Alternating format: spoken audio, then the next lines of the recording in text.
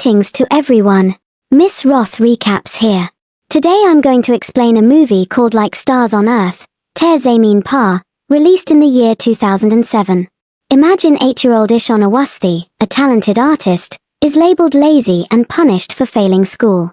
His struggle is secretly dyslexia, which makes letters dance and reverse. Sent to boarding school, he retreats into deep depression. His life changes with the arrival of Ram Shankar Nikum, an empathetic art teacher. Nikum correctly diagnoses dyslexia and helps the parents understand the condition.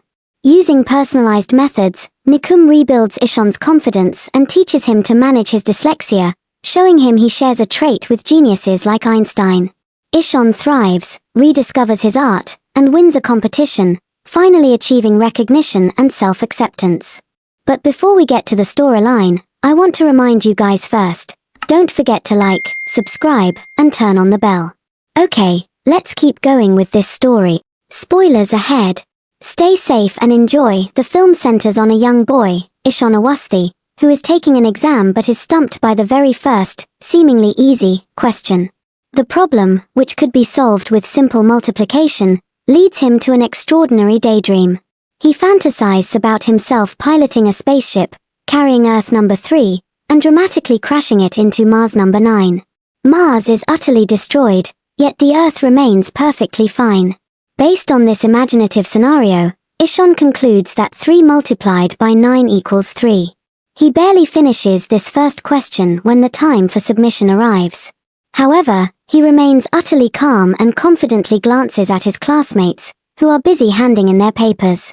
Even more bizarrely, when the English teacher asks him to read from the textbook, he claims that the letters are dancing. Ishan knows nothing, unable to read a single word for a long time. Yet, the teacher, seemingly unwilling to tolerate this, insists he read the dancing letters. This leads to a strange scene. What no one realizes is that this child, who scores 0 in every subject and is constantly punished by his teachers, is actually a boy genius. The film, which UNESCO has listed as a recommended training piece for teachers globally, is highly recommended if you are struggling with your child's education or don't know how to raise them. By listing it for global teacher training, UNESCO is endorsing the film's core message and methods as valuable, effective, and necessary for educators everywhere. It suggests the film provides a gold standard example of inclusive teaching and understanding child psychology. In everyone's eyes, Ishan is an absolute idiot. Despite having repeated the 3rd grade twice, he still scores 0 on every exam. Even his handwriting looks like a worm crawling across the page. Because of this, his classmates mock him, his teachers punish him, and his father frequently shouts at and hits him, calling him the family's disgrace and society's failure. What they don't know is that Ishan isn't unwilling to learn, he suffers from severe dyslexia. The letters truly dance in his eyes, sometimes appearing in a mirrored, chaotic mess.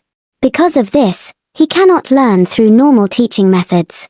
However, Ishan possesses extraordinary talent in painting and drawing, excellent hands-on abilities, and a boundless, starry imagination.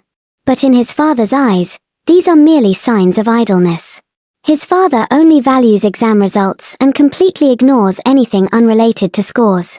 In contrast, his older brother's academic performance is always top of the class, and his parents never have to worry about him. This stark contrast makes Ishan feel even more insignificant and useless. Under his father's constant ridicule and beatings, Ishan gradually becomes rebellious and lonely. Even when he is bullied outside and returns with bruises, he can only run alone to the downstairs area and silently weep. He dares not let his father know, as it would surely result in a severe beating. Unexpectedly, the bully's parents complain first, bringing their child to Ishan's home. Sure enough, his father, without asking for the facts, launches into a tirade of shouting and hitting to quell his father's anger. Ishan even tries to force a smile. But his father curses him, calling him an idiot.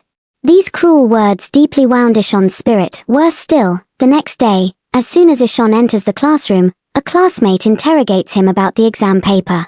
Because Ishan dares not let his parents sign the 0-score paper, he had torn it up. Knowing he would face punishment from the teacher again, he simply grabbed his bag and left school without looking back. He walks alone through the bustling streets, without purpose or direction. Although the outside world is full of peril, It gives him an unprecedented sense of freedom. Here, there is no mocking from classmates, no harsh criticism from teachers, and especially none of his father's terrifying beatings. Ishon uses his last 2 cents to buy an ice cream. But soon after, he sees children who are loved and cherished by their fathers. As he watches them with longing, the ice cream in his hand suddenly drops. But he is not saddened by this. What truly makes him feel downcast is his desperate wish for a father like that. He even considers running away from his current life and wandering alone. However, it is clear he cannot survive by himself yet. Nevertheless, this act of skipping school sets the wheels of his destiny in motion. Fearing his parents would discover he skipped school, Ishon asks his brother to forge a leave request note for him. His brother initially wants to refuse, but, fearing his brother would be reprimanded by their father, he helps him out. He thought the matter was perfectly concealed. But a few days later, his father discovers the forged leave note. Faced with his father's severe questioning, Ishon has no choice but to confess everything. Upon learning his younger son has descended into truancy, his father furiously beats and scolds him. Afterward, he takes Ishon to the school to understand the situation. Unexpectedly, he is met with accusations from Ishon's teacher. Ishon, despite being in the 3rd grade for the 2nd time, still scores 0 in all subjects. Learning is like torture for him. In class, he's either fidgeting, asking for a drink of water, or asking to use the bathroom, disrupting everyone else's learning. Hearing the teacher's complaints, his parents' faces turn green with anger. The principal is even more blunt, pointing out that I have been in this profession for 30 years and I am telling you, there is something wrong with your son. Some kids are slow learners, and you have a very special child. The principal's words land like a heavy hammer blow to his father's heart. He finds it hard to believe that his son is a special needs child. He assumes Ishon is just overly mischievous and has exhausted the teacher's patience, so they are trying to shirk responsibility. That evening, the father immediately contacts a boarding school. In his view, instead of waiting for his son to be expelled, it is better to quickly transfer him to a responsible school. Despite Ishon's desperate pleas, his father is resolute. This decision completely changes the trajectory of Ishon's already tumultuous life. Upon arrival, everything is unfamiliar to him. He often cries in secret and loses his appetite. When he can no longer hold back his tears, he runs to the bathroom to cry alone, and then he must quietly internalize his feelings. His mother at home is also suffering. Missing her younger son, she takes out his old drawings and realizes the ship he drew is sailing farther and farther away from his family until it vanishes from the paper. The mother finally understands her own neglect of Ishon. Ishon's condition does not improve at the new school. Instead, he becomes more anxious and withdrawn, isolating himself and refusing to interact with anyone. The teachers also show him no leniency. Any minor disobedience results in scolding, calling him an idiot who can't learn anything. His classmates call him a fool. Gradually, Ishon begins to resist learning and throws all his books into the trash can. His parents' lack of understanding and the teacher's ineffective teaching methods drive him to a breaking point. This changes with the arrival of a new art teacher, Ramshankar Nikum, who pulls Ishon back from the edge of despair. His amusing entrance makes the students laugh heartily, and he quickly bonds with the children, entering their world. However, Ishon remains seated at his desk, seemingly unmoved by the joy around him. Nikum then gives everyone a piece of white paper, asking the children to use their imagination and draw whatever they wish. This is his unique, free-spirited teaching method. An hour later, the other students have drawn creations reflecting their inner preferences. But Ishon's paper remains stark white, like snow. Nikum smiles and asks Ishon why he is still spacing out. Ishon, fearing he will be scolded again, is too scared to answer. But Nikum gently pats his head and tells him not to rush. This is the first time Ishon receives encouragement. That evening, his mother calls and says she cannot visit him that week because his brother has a tennis match. Ishon feels abandoned by his family once again, and tears well up in his eyes. He says nothing, hangs up the phone, and walks away sadly. He feels his parents only care about his brother. Another day, Ishon is sent out of the classroom by his teacher. Nikum, just getting out of his own class, sees him. Confused, Nikum tells him to stand up and go back inside, but Ishon fearfully hides to the side. He seems deliberately avoiding letting anyone enter his space. Nikum realizes Ishon is struggling internally but is unsure what is causing it. Luckily, Ishon's clever roommate reveals the mystery to Nikum. Nikum seems to understand something. He finds Ishon's homework and confirms his suspicion. Ishon is not stupid or unwilling to learn, but he is writing his letters backward. This is the most common symptom of dyslexia. He visits Ishon's home and tells his parents about the situation at school. He confronts them, asking why they sent Ishon to a boarding school. The father immediately loses his temper, stating that Ishon has failed the 3rd grade twice, while his elder son is always first in class. In the father's narrow view, this is purely an issue of Ishon's attitude towards learning. Nikum immediately stops him, taking out Ishon's homework to point out the problem. Ishon writes B as D and D as B, constantly mixing up similar letters. This phenomenon is called mirroring. For Ishon, who suffers from dyslexia, distinguishing these letters is extremely difficult. However, the stubborn father insists that Nikum is talking nonsense and that these are merely excuses for Ishon's unwillingness to study. Seeing his obstinance, Nikum despairs. He wonders how a father could be like this. Nikum then takes a Japanese toy full of text and holds it in front of the father, asking him to read it aloud. The father, looking at the unfamiliar Japanese characters, proudly exclaims that he cannot read this language. Nikuma's action finally makes the father realize the truth. This is exactly the kind of baseless blame and pressure Ishon has been facing. The father finally recognizes the extent of his own foolishness. The feeling of being forced to read something he cannot, which even he cannot tolerate, is much worse for an 8-year-old child like Ishon. No one knows how he has endured it. His confidence has been completely shattered. Before, he could use rebellion to cover up his inability, but now, even the courage to rebel has been crushed by the boarding school.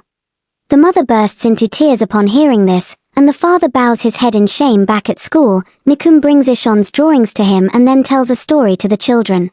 He speaks of a little boy who couldn't read or write.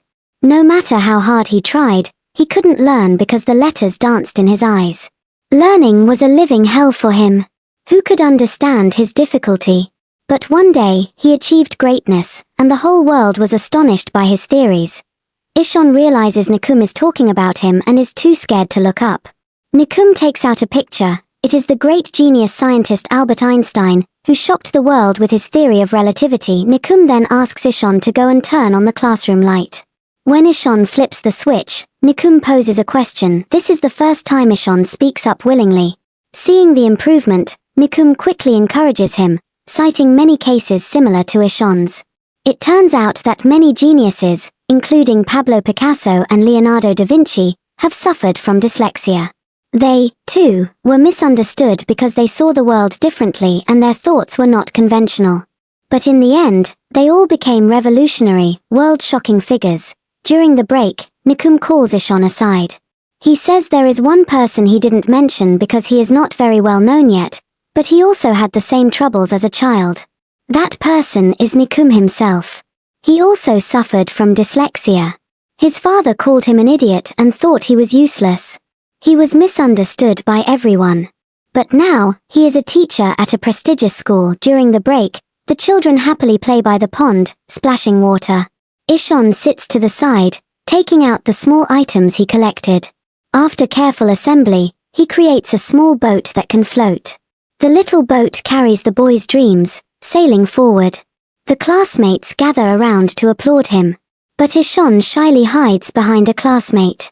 The long years of blame and pressure have etched low self-esteem into his very bones. To help Ishon overcome his inferiority and find himself completely, Nikum applies for the authority from the principal to become Ishon's exclusive teacher.